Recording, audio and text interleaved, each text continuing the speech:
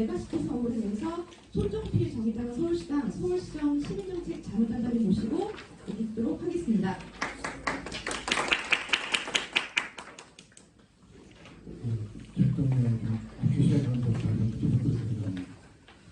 오늘 메가시티 관련해서 사실 이게 갑자기 툭 튀어나온 얘기지 않습니까?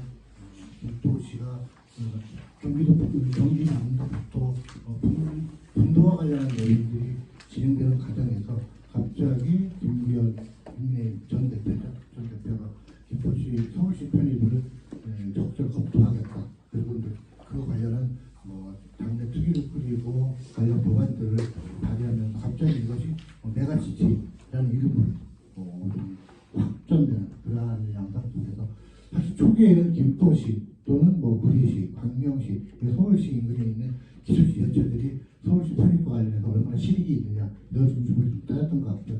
저도 그런 것 관련해서 글을 좀 쓰면서 분석을 좀 해봤었는데 사실 김포시가 서울시로 편입되는 것에 가장 큰 문제 정도는 기초지방자치단체들의 재정의 자주권이 축소되는 영향을 미치게 되더라고요. 메가시티에 어쨌든 말씀 좀 드립니다.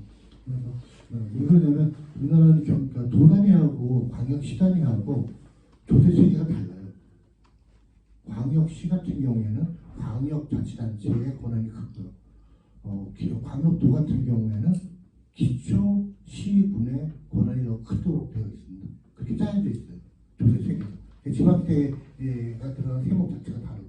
그러다 보니까 서울시로 편입되면 서울시 자치구가 되는 부분만 가지고 있는 권한의 상당 부분, 재정에 대한 자주권이 상당 부분 서울시로 귀속이 되고 지금 서울시 자치구들이 인구 비례로 따지면 서울시 자치구들이 예산이 제일 작거든요. 그러니까 자치구들이 예산이 제일 작거든요. 시군보다. 인구 26만 7만인데들도 예산들이 1조 6천 정도 되는데 서울의 가장 큰 강남 60만 5만 되는데 여기도 이런 예산이 당초 예산 기준으로 하면 1조 조금 넘습니다.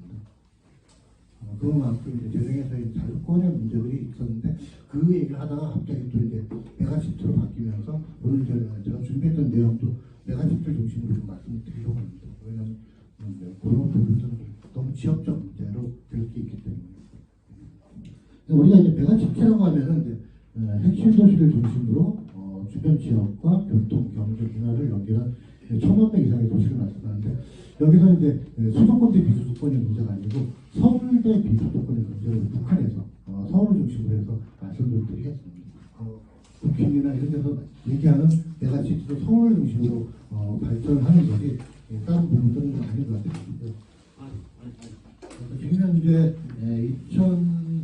2018년도 세계 도시화 조정 보고서에서는 전 세계적으로 2018년에 33개 정도의 지역이 있는 것으로 되어 있습니다.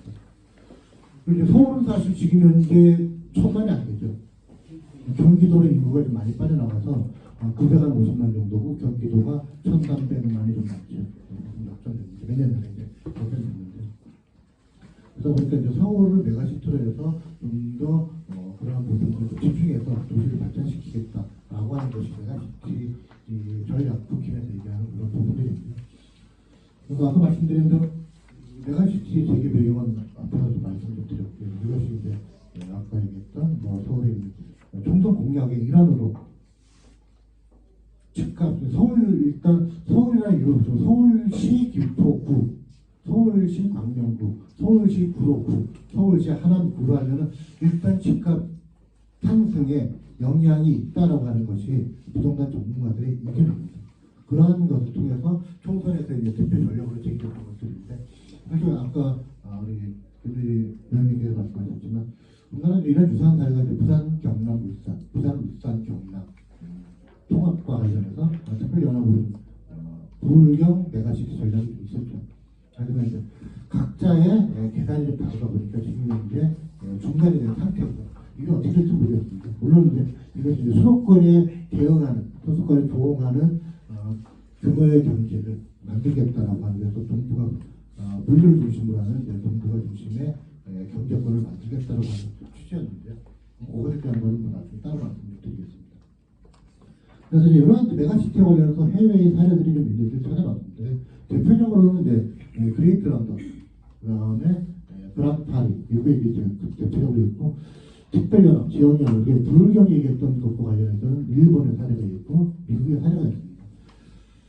보면 이제 미국 같은 경우에는 워낙 변방 국가, 그래서 주 단위로서의 발전 전략이 있기 때문에 국가 단위에서의 메가시티 전략 이런 부분들보다는 주 단위에서 어떻게 할 거냐, 아니면 주 단위에 있는 도시들을 어떻게 연결할 거냐 중심으로 좀 고민됐던 부분들이 대단히 좀 큽니다.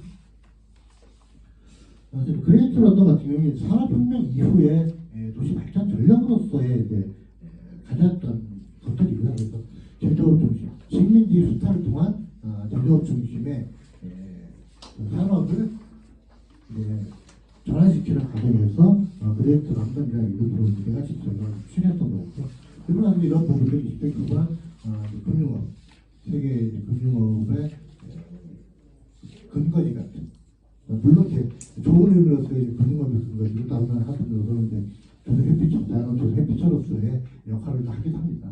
부정적인 들어서. 두 번째는 프랑스의 이제 그랑파리와 관련해서 2009년도에 일본에서 얼마 안 되죠. 우리가 좀 살펴보기에는 좋은 사례인데요. 2009년도에 그랑파리 계획이라고 하는 것들이 이제 21세기형 대도시 발전 전략으로 제시했습니다. 그래서 이걸 이제 국민들은 이제 친환경적이고 지속 가능한 도시로서의 필요성에 따라서 그랑파리가 추진되었다라는. 그래서 우리나라하고 이제 추진되는 배경들이 좀 다르죠.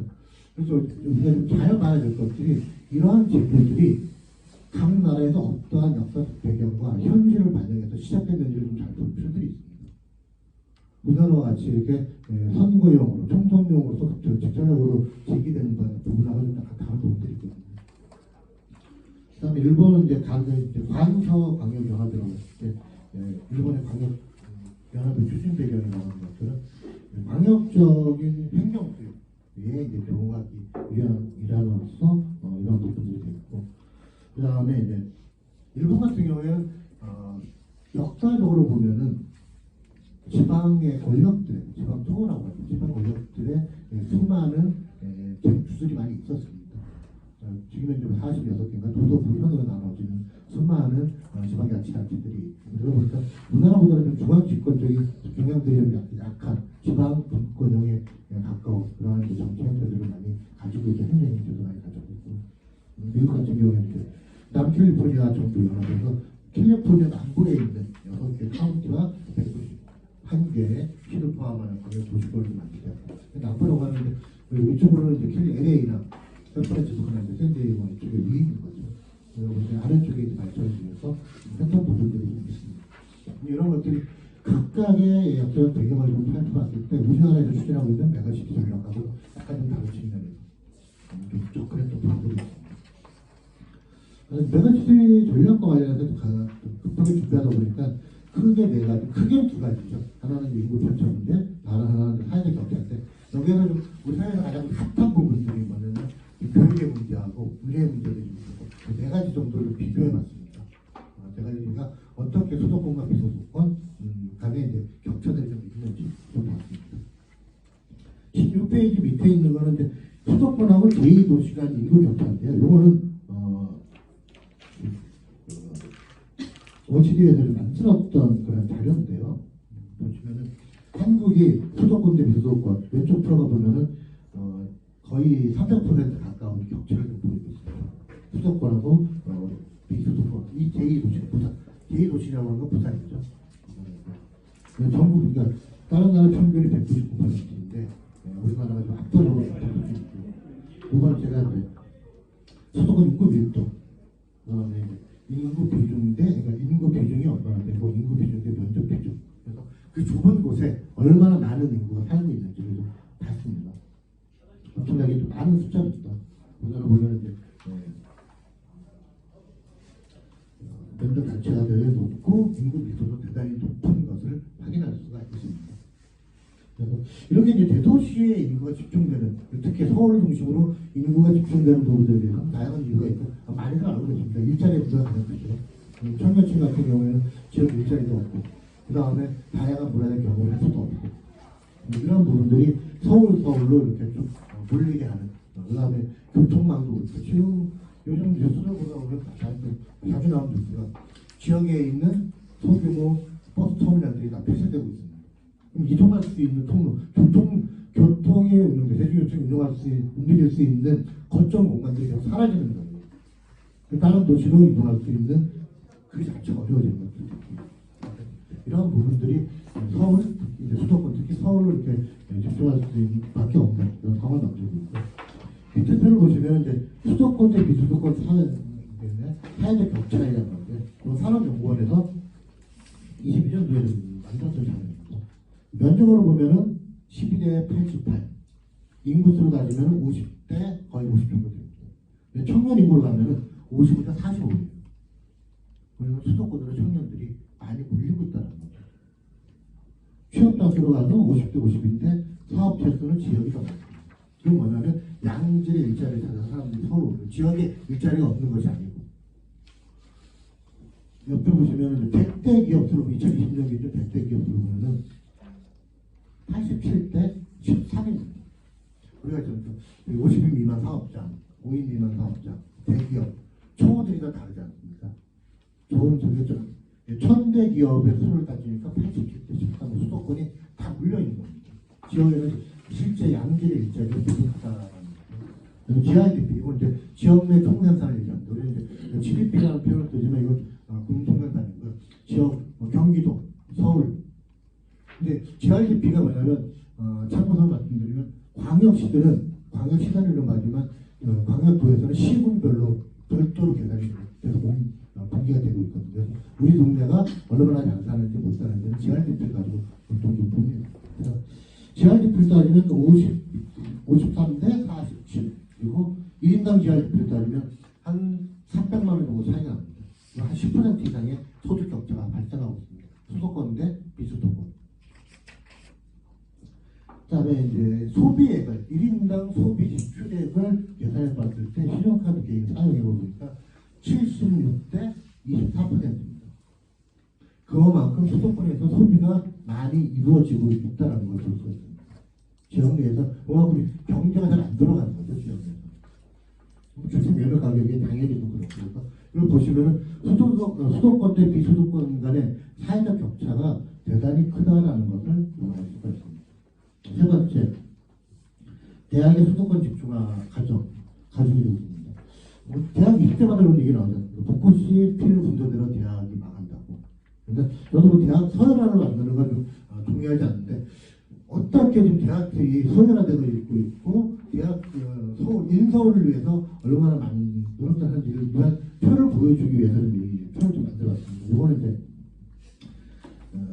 영국의 대학 평가 기관인 타임즈 고등교육이라는 데서 전국에 전 세계에 있는 대학들에 대해서 순위를 좀 매겨봤습니다. 그 중에서 국내 대학만 좀 뽑아온 건데요. 서울대가 62위로 가장 높습니다. 이렇게 좀 이제 서울대 연대 막 하이트 성대 쭉 갔는데, 제가 이걸 뽑은 이유는 뭐냐면, 이 중에서 해외 기관이 선정한 10개 대학 중에서 과연 지역에 있는 대학이 몇 개나 있을까? 그걸 보려고 뽑았습니다. 보시면은 포스텍이 있고요, 카이스트가 있고요, 대전에 있죠. 포스코는 포스텍은 포항에 있고요. 유니스트가 어디냐면은 울산이에요. 울산과학진흥원이죠. 정확히 모르겠는데 과학기술원인지 아마 그런 과학기술원인 겁니다. 울산과학기술원 이렇게 좀 되어 있는데, 이 세 개 대학을 빼놓고 나머지는 전부 다 서울에 있습니다. 그러다 보니까 대학생들이 가능하면은 서울로 오려고 하는 거죠. 왜냐하면 취업의 문제도 있고, 물론 이제 그런 것도 있죠. 기본적으로 고등학교 때 보면 집에서 웬만하면 먼 곳으로 좀 떠나고 싶어하는 그런 이제 탈출 요건이 있는 거죠.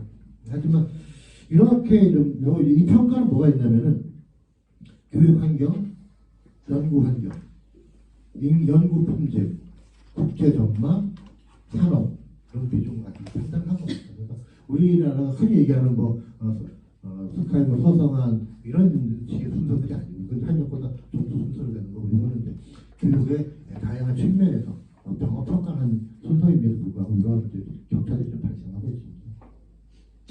의료에 집중하고 있어요. 지금 이제 의료 요금 민주화는 계속 논쟁 중이고, 어제도 토론을 했더라고요.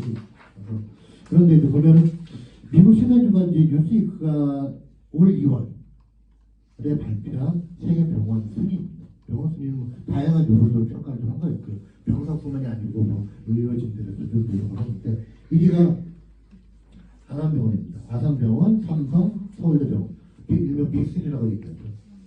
빅3가 여기서 3개 세브란스 성모에서 보시면은 지방에 있는 지역에 있는 병원은 분당 서울대병원하고 안주대병원, 그것도 경기도죠. 아예 없습니다. 왜냐면 그만큼 의료와 관련해서 취약해지고 있는 거고. 저는 이제 이거는 뭐 정치적 있다고 상관없이 얼마 전에 모 인사가 피습을 당해서 부산에 있는 응급의료센터에 있다가 헬기 타고 올라오고 저는 의료적 입장에서 봤을 때 대단히 안 좋은 거라고 똑같이 비판하고 싶거든요. 그 지역의 의료를 못 믿는 거잖아요. 그럼 일반 국민들한테 가서 진료를 받으라고 하는 게 과연 온당한 건가? 거기도 그러니까 그쪽 지역에 부산, 경남, 울산 지역 중에서 가장 최고의 의료진들이 있고 가장 최고의 시설을 갖춘 병원이었거든요. 그럼에도 불구하고 성우를 꼭 왔어야 되는가? 라고 하는 측면에서 봤을 때 대단히 좀 안 좋은 현상을 발생시키겠다. 라고 의사 집단들도 그런 얘기를 했는데 저도 딱 그 헬기 탔다는 얘기를 듣는 순간 안 좋은데 그런 느낌이 들더라고요. 왜냐면 지역 의료 발전 입장에서 지역 의료에 대해서 경시한다라고 하는 느낌이 확 들더라고요.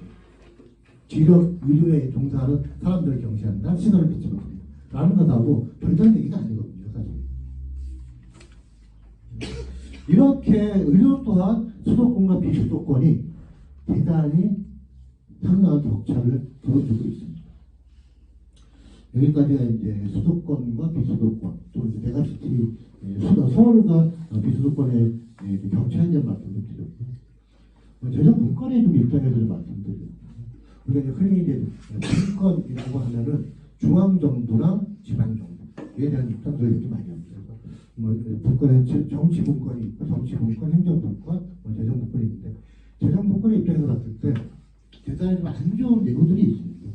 왜냐하면 지방자치단체들은 기본적으로 자신들이 쓰는 돈들을 써야 될 돈들을 자신들이 벌어들일 때 책임성이 가장 높고 효율성이 극대화된다고 얘기합니다. 우리가 지금 지방자치단체들 돈 정망적 쓴다고 많이 하지 않습니까? 그건 중앙정부 책임입니다. 재정계획도 20%안 되는 데가 수두룩해요. 지방세 플러스 세외 수입을 걷어가지고 공무원 월급을 못 주는 데가 100군데가 넘습니다. 50군데가 넘습니다.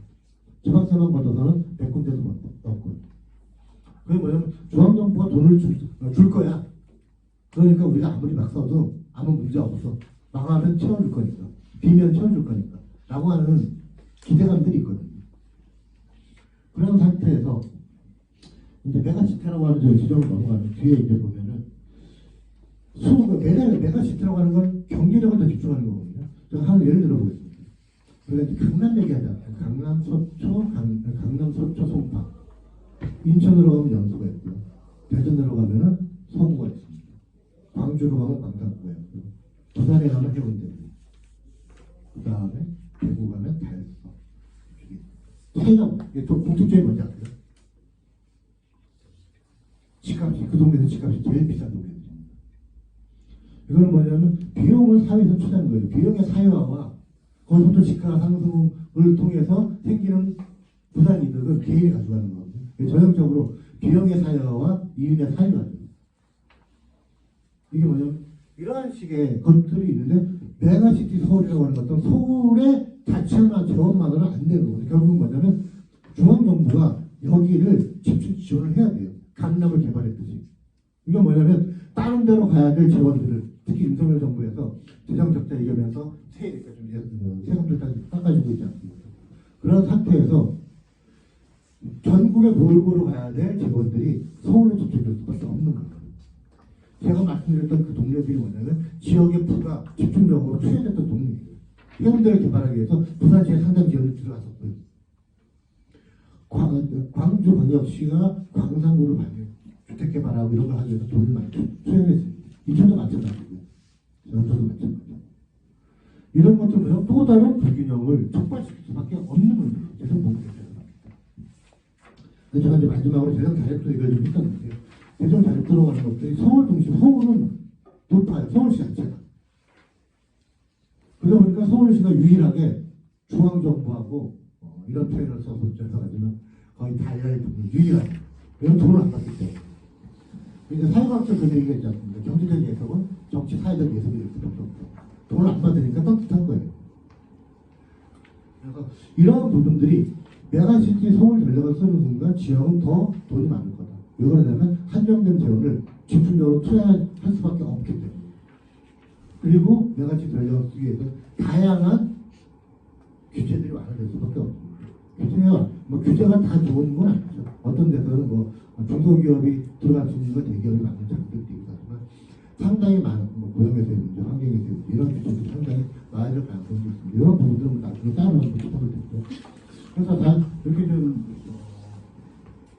조정의 분권의 측면, 메가시티 전략 중심으로 해서 몇 가지 좀 살펴봤는데 짧게나마 그래서 이러한 측면에서 이렇게 섣불리 선거 뒷표 전략으로서 섣불리 메가시티 전략을 쓰는 건 대단히 위험천만하고 이런 부분들은 좀 더 대한민국의 미래를 위해서라도 아니면 지역과 어떻게 상승할 건지를 고민하는 과정에서 좀 더 논의가 됐으면 좋겠다라는 말씀을 드리면서 마치도록 하겠습니다. 네, 감사합니다. 해주셔서 고맙습니다. 네, 세 분의 이제 토론을 진행하는데요. 각각 좀 이렇게 다른 측면을 여러 가지를 보실 수 있도록 아마 이제 자료를 확인하시면 발표 들으시고 확인하실 수 있을 겁니다. 첫 번째 이제 토론은 김유리 녹색당 서울시당 공동운영위원장님 듣도록 하겠습니다. 네, 발제 해주셔서 감사합니다. 네, 일단은 토론을 이어가도록 하겠습니다. 발제자께서 초입에 해주셨던 그 내용이 행정구역 개편, 그러니까 김포시가 서울로 들어올 거냐 말 거냐 행정구역 개편의 논의에서 메가시티 논의로 갑자기 번졌다, 확전됐다 이렇게 말씀해 주셨던 부분에서 동의가 됐고 저희가 오히려 그렇게 바라봐야 되는 게 아닌가. 왜냐하면 그러니까 메가시티라고 하는 논의가 우리가 가져가야 되는 방향은 그 도시가 거대화되는 방향성이 아니라 도시 간의 협력 그리고 초광역권 협력이라고 하는 방향성으로 가지고 가야 하는데 이미 국민의힘이 이 메가시티라고 하는 개념을 너무 오용을 하고 점유를 해버린 상태가 된 것 같아요. 그래서 오히려 국민의힘이 지금 이미 폐기 수순에 놓여 있지만 국민의힘이 서울을 더 크게 만들려고 하는 이것은 메가시티가 아니다.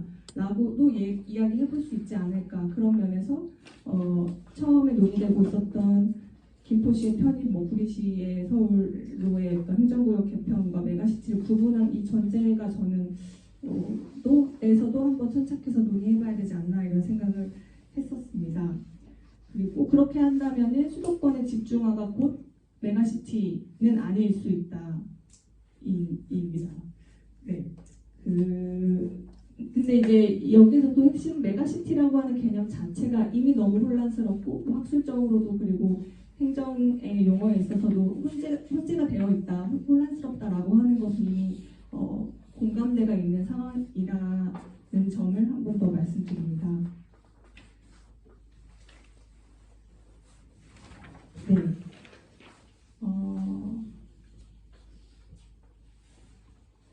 그래서 이제 경기연구원에서 최근에 그 포럼을 열었을 때 또 이런 비슷한 제가 방금 말씀드렸던 그 지점에서 비슷한 이야기가 나왔는데 그러니까 서울시로 김포시가 편입이 되는 문제는 반대돼야 된다라고 하는 전제는 그대로 있고 그것은 진정한 메가시티가 아니다라고도 이야기하기도 하고 아니면 메가시티라는 개념이 이제는 메가시티 리전이라는 다른 용어로 대체해서 다중심성 그리고 초광역권의 협력이라고 하는 측면에서는 우리가 더 논의를 해봐야 되지 않나 이런 얘기를 하더라고요. 저는 그런 측면에서 우리가 메가시티는 무조건 부정적이고 나쁘고 메가시티가 갖고 있는 역기능이 분명히 있겠지만 순기능적인 부분을 우리가 안티테제로서가 아니라 진보정치, 진보정당들이 이런 메가시티 말 자체가 이미 오염된 것을 넘어서서 도시 간의 협력의 차원에서 필요한 논의들을 이끌어갈 수도 있지 않을까 하는 게 제가 이제 토론문에서 주요하게 하고자 하는 이야기입니다.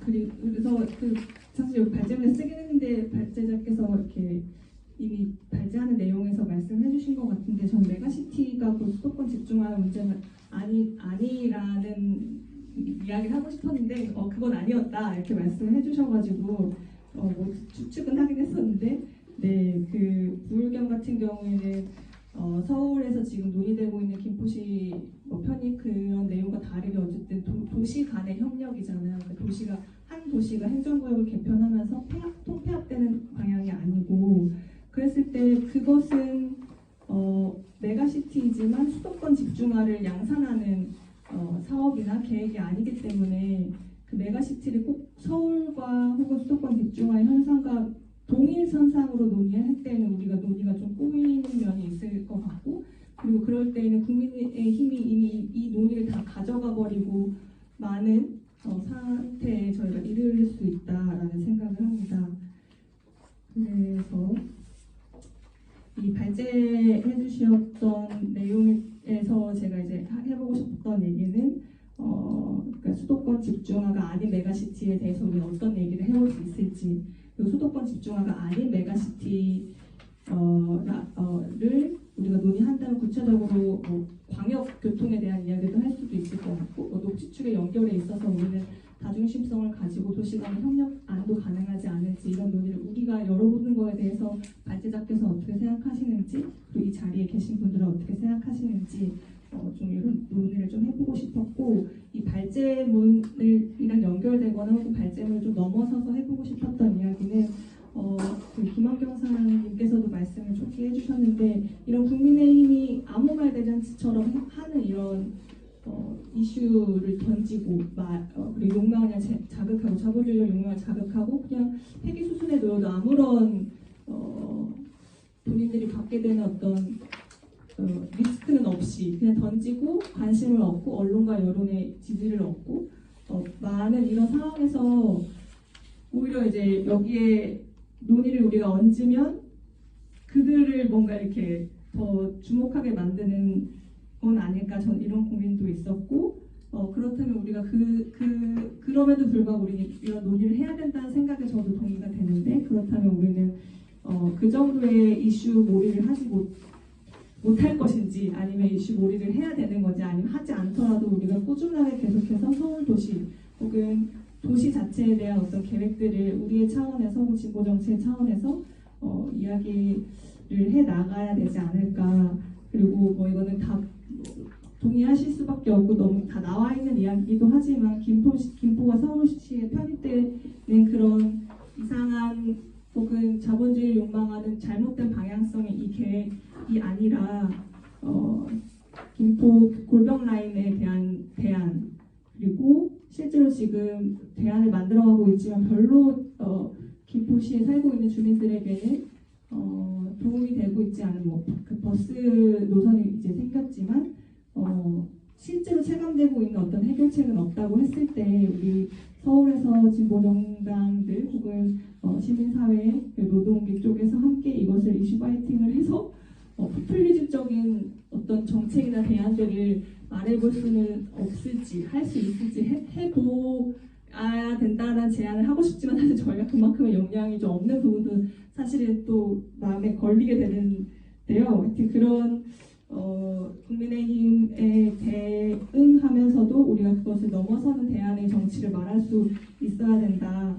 그래서 마지막 부분에 제가 포퓰리즘이라는 개념에 대해서도 한번 우리가 얘기해볼 수 있지 않을까 좀 다른 논의를 좀 가지고 가는 게 있는데요. 그러니까 우리가 포퓰리즘 정치를 지금 여론에서는 포퓰리즘이 굉장히 나쁜 또 개념으로도 오용이 돼서 사용이 되는데 사실 진보 정치가 그 포퓰리즘, 그러니까 엘리트 정치, 엘리트주의의 반대급보로서 포퓰리즘이라는 개념이 원래 있었지만 트럼프가 당선됐던 그 시기에 언론에서는 계속 이 포퓰리즘을 굉장히 포퓰리즘이라는 용어를 사용해서 트럼프가 해왔던 인종주의 정치를 순화를 해버린 어떤 우를 범하기도 했고 또 그러다 보니까 포퓰리즘이 원래 갖고 있었던 그 민중의 정치, 민중에게 호소하는 어떤 정책에 대한 방향성을 이야기하는 것 자체가 규명되지 않는 상태가 된 것 같아요. 그래서 김포 골병 라인에 대한 어떤 대안이나 이런 것들 진보 정치, 진보 정당들이 이야기하면서 이 포퓰리즘에 대한 언어를 우리가 같이 개발하자 이런 제안을 좀 하면서 저는 이 토론을 마무리했습니다.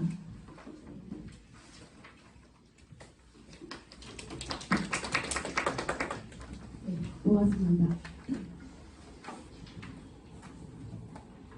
네, 다음은 국토 불균형과 자치군의 불균형 문제 해결하는 번영도시를 이제 주제로 해주셨는데요. 저희 이 토론문을 보내주시면서 발제문처럼 보내주신 것 같다고 하셨는데 박사님께 대해 같이 준비해 주신 것 같습니다. 박항주 정의당정의정책연구소 기후위기 센터장님 모시고 토론 듣도록 하겠습니다.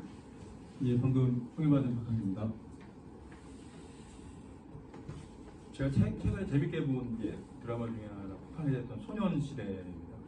부요 그러니까 임시완하고 이선빈이 주연을 한 건데 저희가 충북 사투리 1988년도 배경으로 그렇게 했어요. 제가 왜 이 얘기를 하냐면 제 아내가 이제 충청도 고향 충청도 음성입니다. 그런데 되게 자부심을 많이 느꼈어요. 그 사투리에. 저는 이제 여기 간단히 적었지만은 이 불균등 좀 지역 간의 불평등이나 그런 거에 대해 여러 가지 거시적 관점, 국토 불균형 발전 전략에 의한 경부선 노선 중심으로 하는 산업화 전략이라든지 그런 측면도 있지만 미시적 관점에서 보면 지역 재투자라든지 교육시설, 의료, 그래서 사회 기반 시설에 대한 전반적인 부족하는 것들이 있는 거고 또 하나는 자부심이라고 생각을 합니다. 하나 중요한 게 이제 문화인데 그 문화에 유엔에서 이제 그 인간의 생물종 다양성을 어떻게 기수화하냐면 말로 언어로 표시를 합니다. 그러니까 그래서 소수민족 같은 경우 사라지는 거는 언어가 사라지는 거죠. 인간도 종다양성이 있는 거죠. 유럽인들, 아프리카인들, 동남아시아인들 한 것처럼 그럼 이제 언어라는 것들은 많은 것들을 상징하는 지표라고 생각을 해요. 그러니까 사실은 이 지역 공유중 발전은 복합적인 요소인 것 같아요. 생태적으로는 컴팩트 도시로라 해가지고 에너지 집중으로 해서 그 지역으로 쭉 하면 오히려 다른 주변들을 생태적으로 다양성을 확보할 수 있지 않느냐라고 하는 전략도 있습니다. 그런데 복합적인 요소 속에서 보게 되면 집중화 전략이 반드시 생태적으로 다 좋은 건지 나쁜 건지는 되게 놀라운 거리를 있을 수 있어요. 그렇지만 제가 말씀드리고 싶은 것은 우리가 불균등 발전 요인에서 문화적 요인들, 특히 언어적 요인들에서 표시되어지는 자부심들, 지역에 대한 자부심들입니다.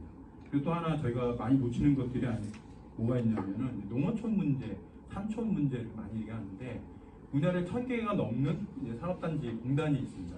뭐 창원이라든지 울산이라든지 기업도시 부분들은 이제 많이 아실 테지만 각 지자체별로 뭐 농공단지까지만 하면 되게 적게는 이제 솔직히 많게는 100여 개까지 있을 텐데 이 공단이라는 부분들이 왜 실패했느냐라고 하는 게 되게 중요한 요소라고 봅니다.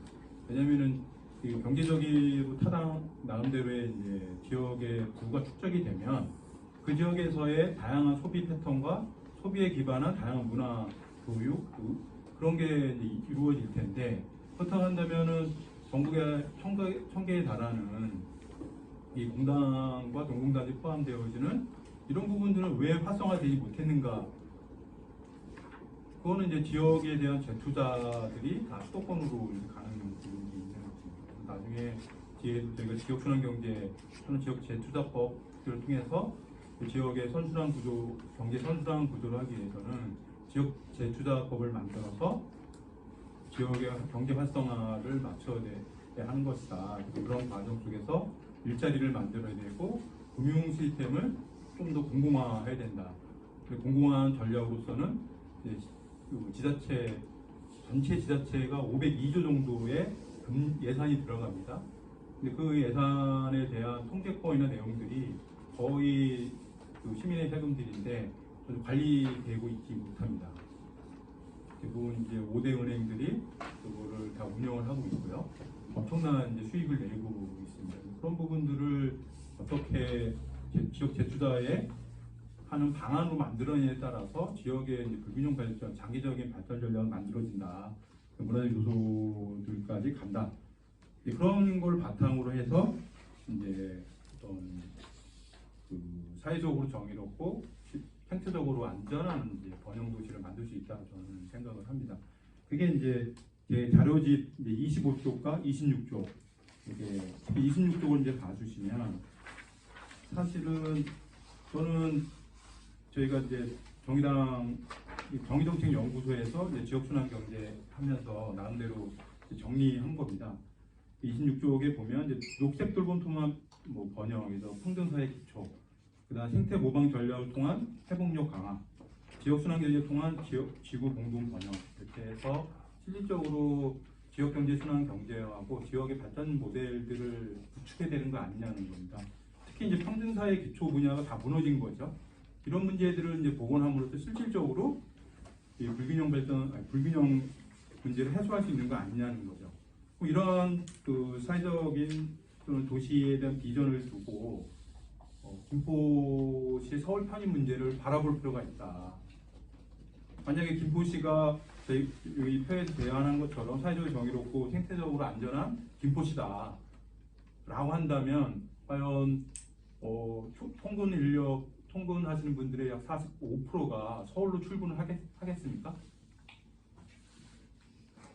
통계 뒤에 자료 대시 보면 45% 정도, 그 다음 이제 그 도시 내 통근이 약 55% 내외가 됩니다. 그러면 실질적으로 인구의 절반 가까이 서울시로 출퇴근하고 있는 거예요. 통근자들 중에서.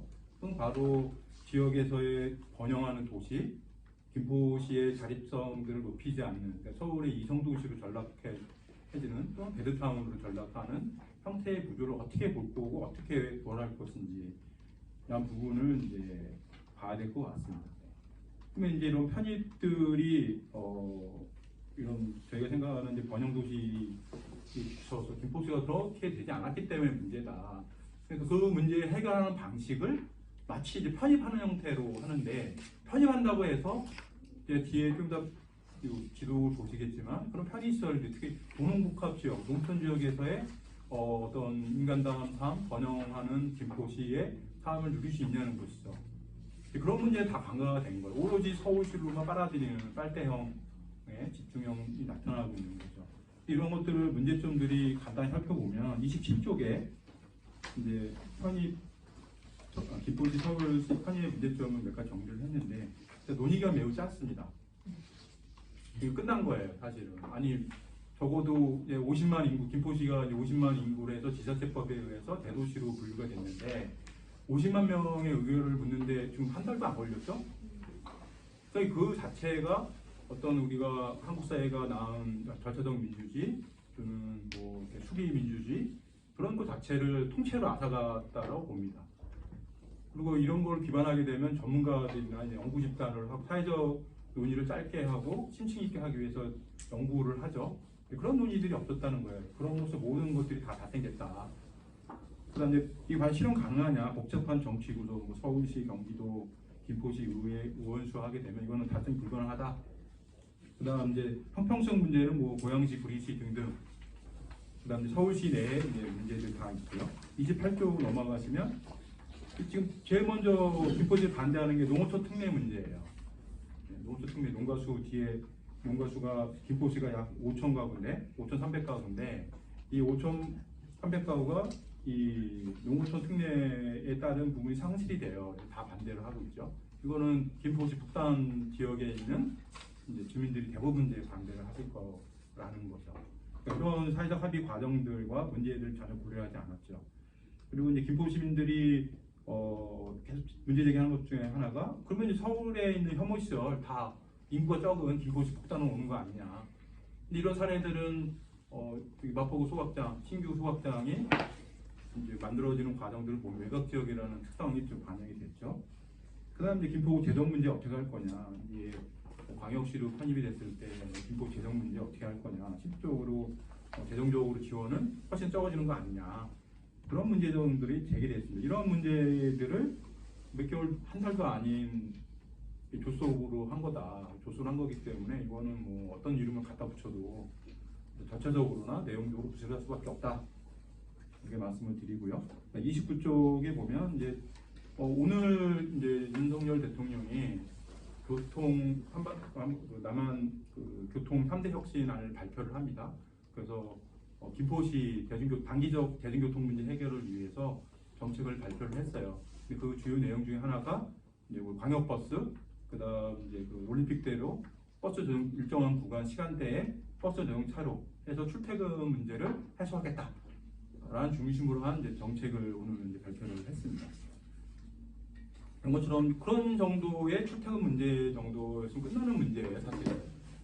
그런데 이거를 이상하게 정치적으로 몰고 갔다는 이제 문제가 됩니다. 29쪽에 있는 표들을 보면 이제 경기도에 조사를 한 건데 12개 도시 거주하고 이제 불만족 이유.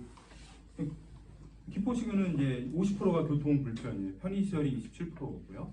이 얘기는 뭐냐면은 김포시 이제 공간 분포도로 보면 새로 김포시 중심으로 하는 도심지가 다 생겨요.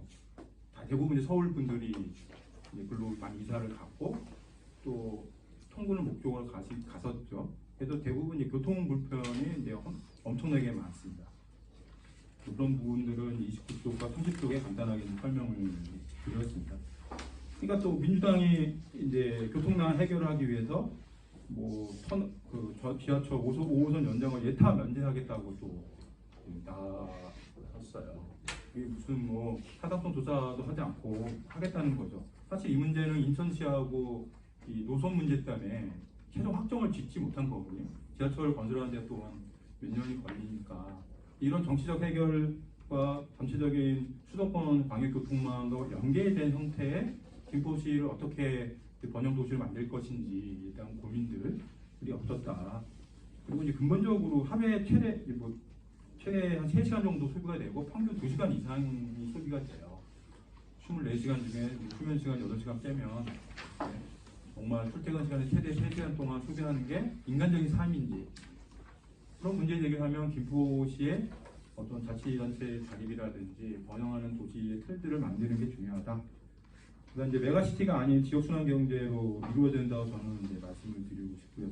별점에 저희 정의정책연구소에서 고민하는 메가시티 대형 논리로 지역순환 경제 체계를 말씀을 드리고 있습니다.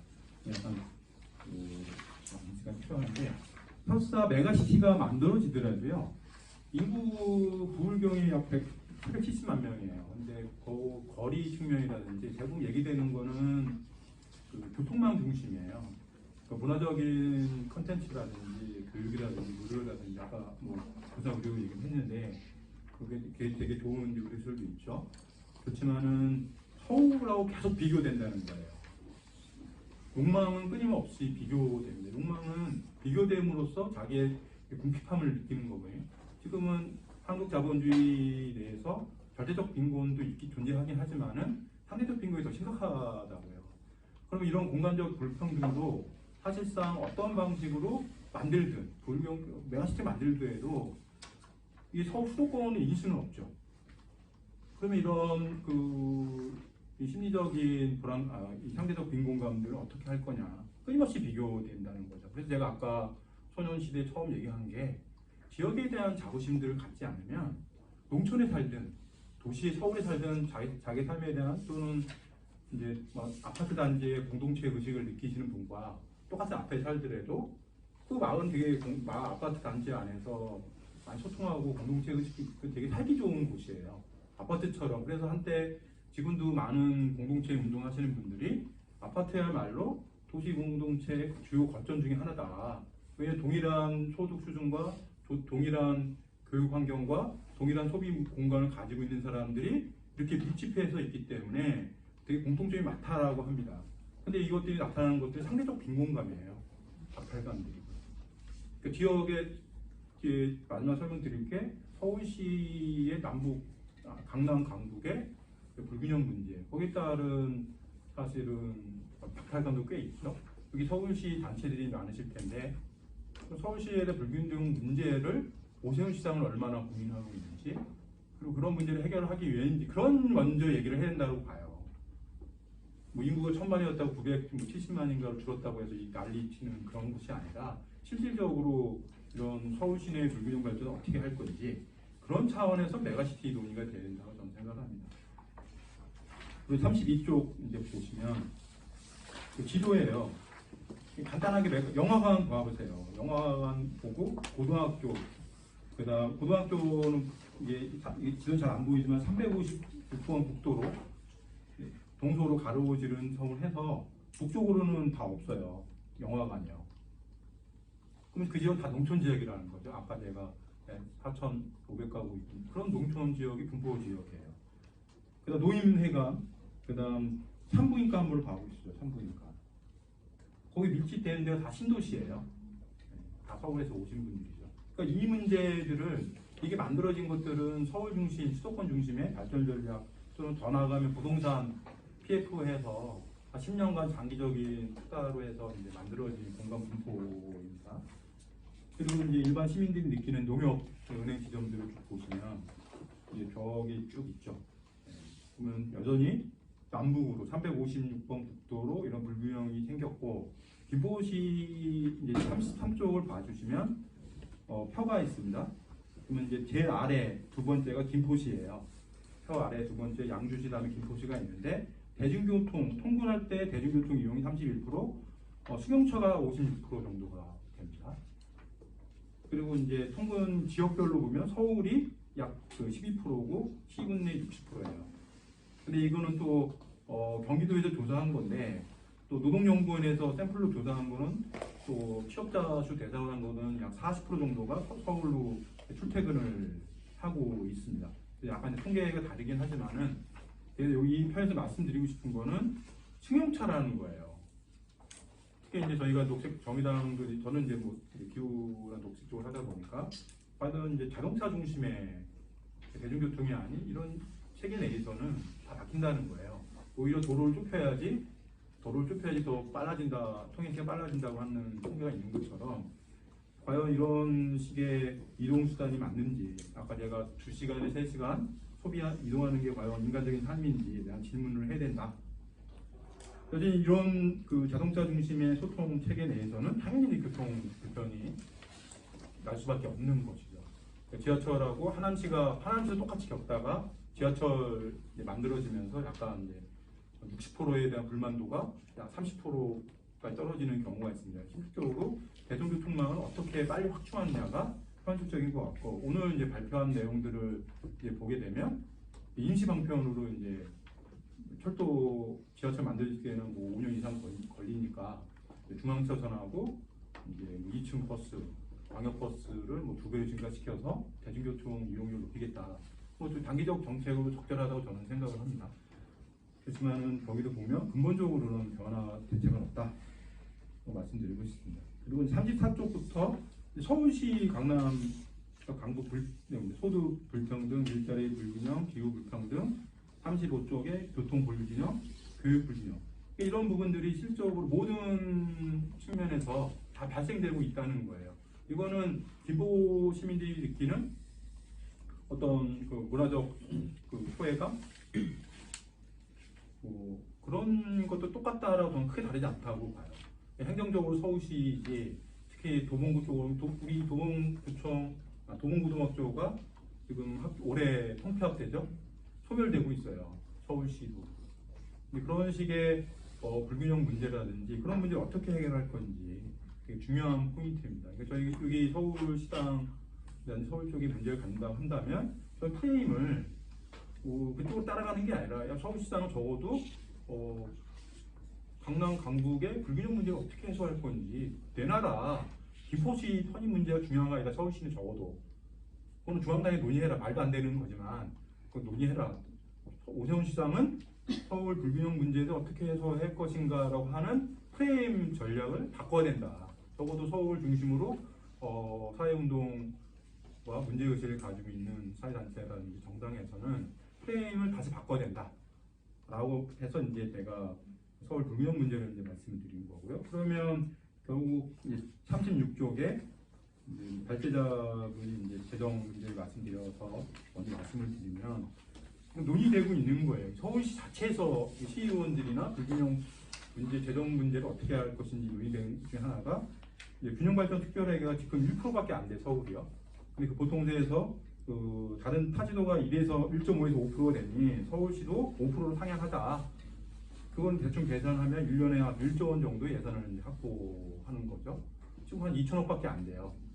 그러면 약 8천억 정도 더 확보하게 되면 그 불균형, 그 강남과 강북의 불균형 발전 부분들을 해소할 수 있는데 투입해야 되는 거 아니냐. 그다음 이제 서울시, 이거는 이제 민주당 의원이 지방세법 발의를 했는데, 서울시가 처음으로 이제 2008년 도입한 재산세 공동 과세율을 50%에서 60% 높이자 라는 거예요. 서울시의 모든 재산세 다 걷어서 N분지를 하는 거죠. 지자체별로.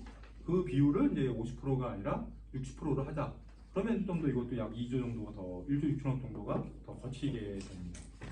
근데 그런 부분들을 통해서 재정을 확보하고 남북 불균형 문제를 해결해야 되는 거 아니냐.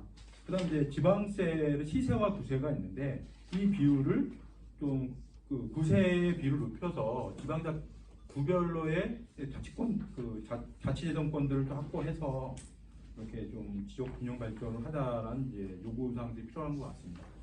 이런 이제 그다음 이제 구체적인 내용들은 이제 37쪽에 있습니다. 서울시가 지난해 이제 그 균형 발전 5개년을 이제 발표를 해서 5가지를 5대 추진 전략을 얘기를 했습니다. 이 내용은 2018년도에 서울연구원이 냈던 이 연구 보고서에 근거해서 표안에 있는 거죠. 이 내용들을 보면 되게 좋은 것들이 되게 많습니다. 그래서 사실은 저는 그렇지만은 서울시가 내는 내용을 보면 시민 참여나 재정 확보 방안 그런 것들은 충분하게 수용하지 않아요. 대부분 내용들은 서울시가 발표한 것들은 이 토목 건설 사업 시설 중심의 예산 발전을 하고 있습니다. 그래서 저는 지금 저희가 그 서울시의 불균형 문제를 하기 위한 프레임을 만들기 위해서 정치 전략이 좀 필요한 거 아니냐. 그래서 그런 구체적인 내용들은 좀 저는 개인적으로는 뭐 서울연구원에 있는 자료를 지역 특성에 맞게 다 분석하면 서울 시내의 사회 어떤 뭐 정치 전략이 나오지 않을까 이렇게 생각이 듭니다. 그리고 마지막으로 이제 38쪽에 지역순환 경제 39쪽 편을 봐주시면 저희가 지역순환 경제 모델을 대략 일자리 보장제, 그다음 이제 금고 개혁, 그다음 이제 지역 공공운행, 순환경 현적 체계 구축해서 뭐 위에 이제 안 들어가 있지만 이제 대학교와 연계한 일자리 보장제나 산업 체계까지 이제 제한된 게 지역순환 경제입니다. 지난 지방선거 때도 대략적으로 이제 공약을 얘기했었고, 이번에 총선 때도 요거를 구체적으로 공약하고 오고 있습니다. 그래서 사실은 이제 메가시티의 대응 전략은 일자리 실물 경제와 금융경제 체계를 지역 대투자법과 연계해서 만들어내야 되는 거 아니냐. 그래서 불균형 문제를 해소하려고 합니다. 예, 감사합니다. 예, 맞습니다. 서울에서 이 불균형 문제 어떻게 해결할 것인가를 프레임을 좀 더 옮겨서 좀 오세훈 시장한테 물어보는 그런 이후에 저희 또 서울의 행동이 필요할 것 같고요. 마지막은 조금 다른 부분으로 접근해 보려고 해서 좀 전문적인 영역인데, 모든 세 분의 토론 발표에서 교통 문제가 나왔습니다. 빠지지 않는 문제인데 이번 토론에서는 이번 문제와 연관도 되지만 대중교통이 어떤 정책의 방향을 갖고 나가야 될 것인가라고 하는 부분에서도 좀 접근해보자라고 하는 취지로 좀 모셨습니다. 이영수 사회공공연구원의 선 연구원님 토론 듣도록 하겠습니다. 반갑습니다. 예, 고공설 산하 부설기관 사회공공연구원에서 교통 담당하고 있습니다. 사실 아까 무대에서 설명을 해주셨는데, 처음에 그 토론 참여 요청을 받고 제가 메가시티 잘 모르기도 하고, 잘 아시겠지만 김포고들라의 문제는 원래 애초에 사양으로 했으면 괜찮았었는데 자기네들의 여러 가지 근시안적인 시각 때문에 일하는 건 사실 문제가 생겼고요.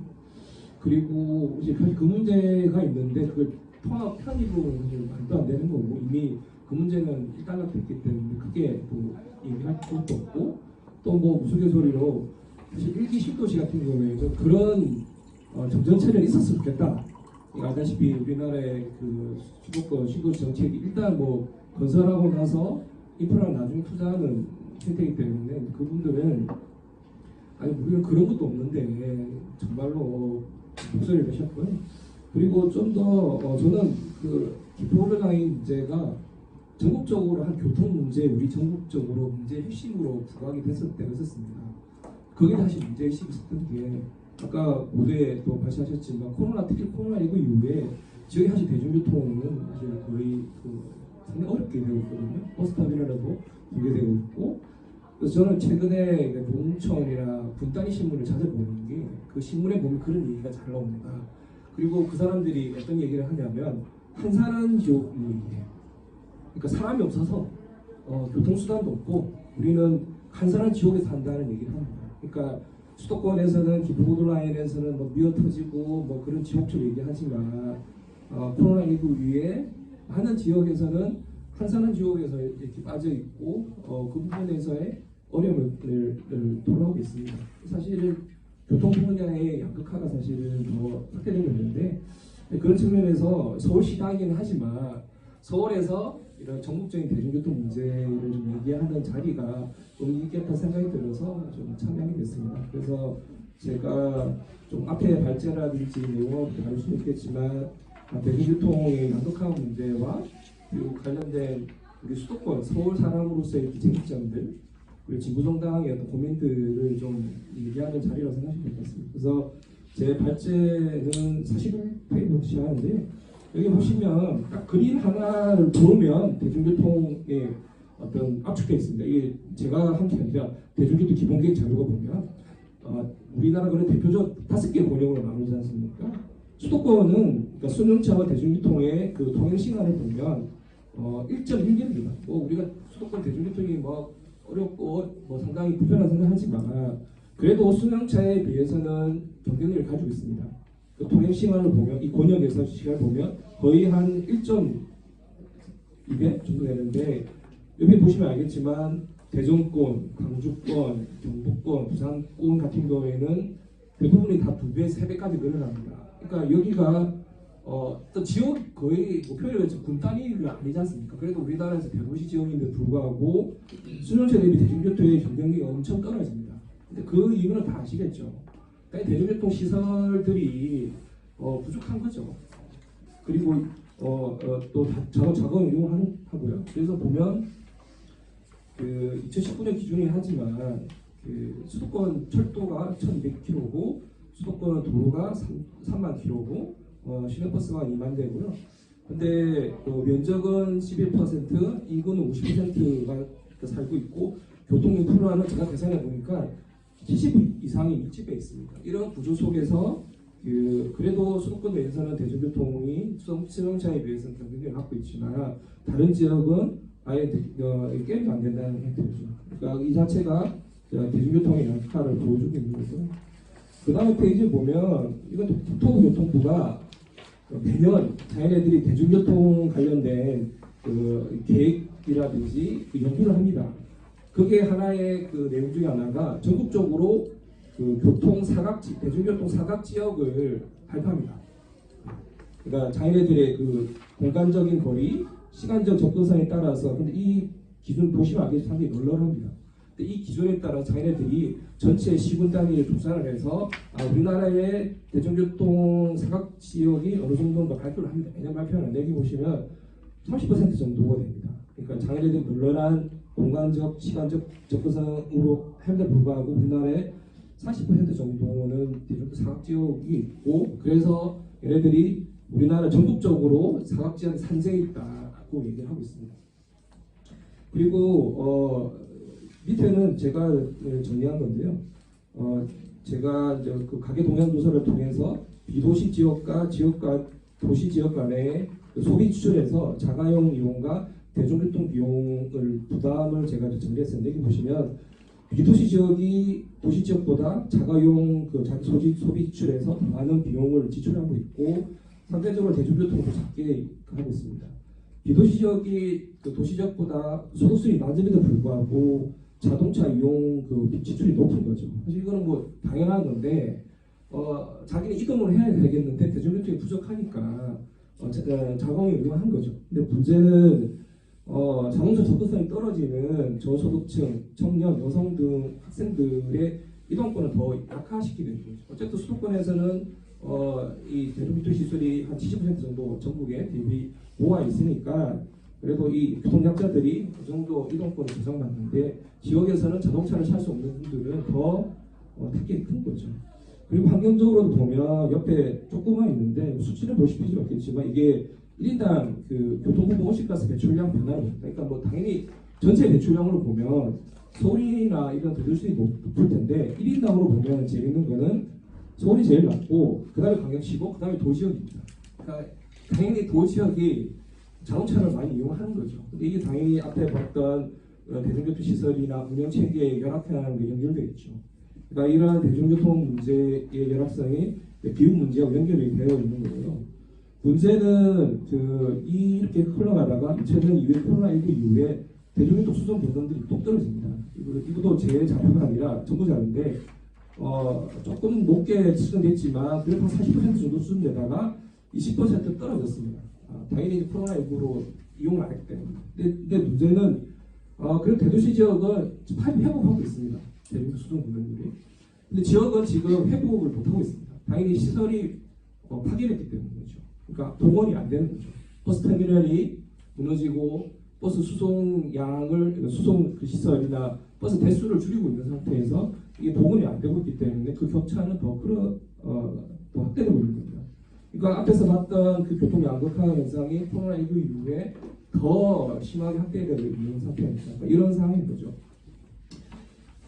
그런 상황에서 저는 이제 전국적으로 이제 평평한 대중교통 이용 확산이 필요하다고 하는데 문제는 사실 보시면 이게 제가 최근에 중앙정부 교통예산 분석 자료를 하면서 봤던 건데 저도 그럴 거라고 생각했지만 좀 더 높아서 놀랐던 게 지금 광역철도에 대한 투자 예산이 2018년도가 2천억 정도밖에 안 됐었는데 지금 2024년도에 1조 2천억이 넘었습니다. 거의 한 6배, 8배 됐는데 알다시피 그 문재인 정부 때부터 해서 GTX 투자를 많이 했죠.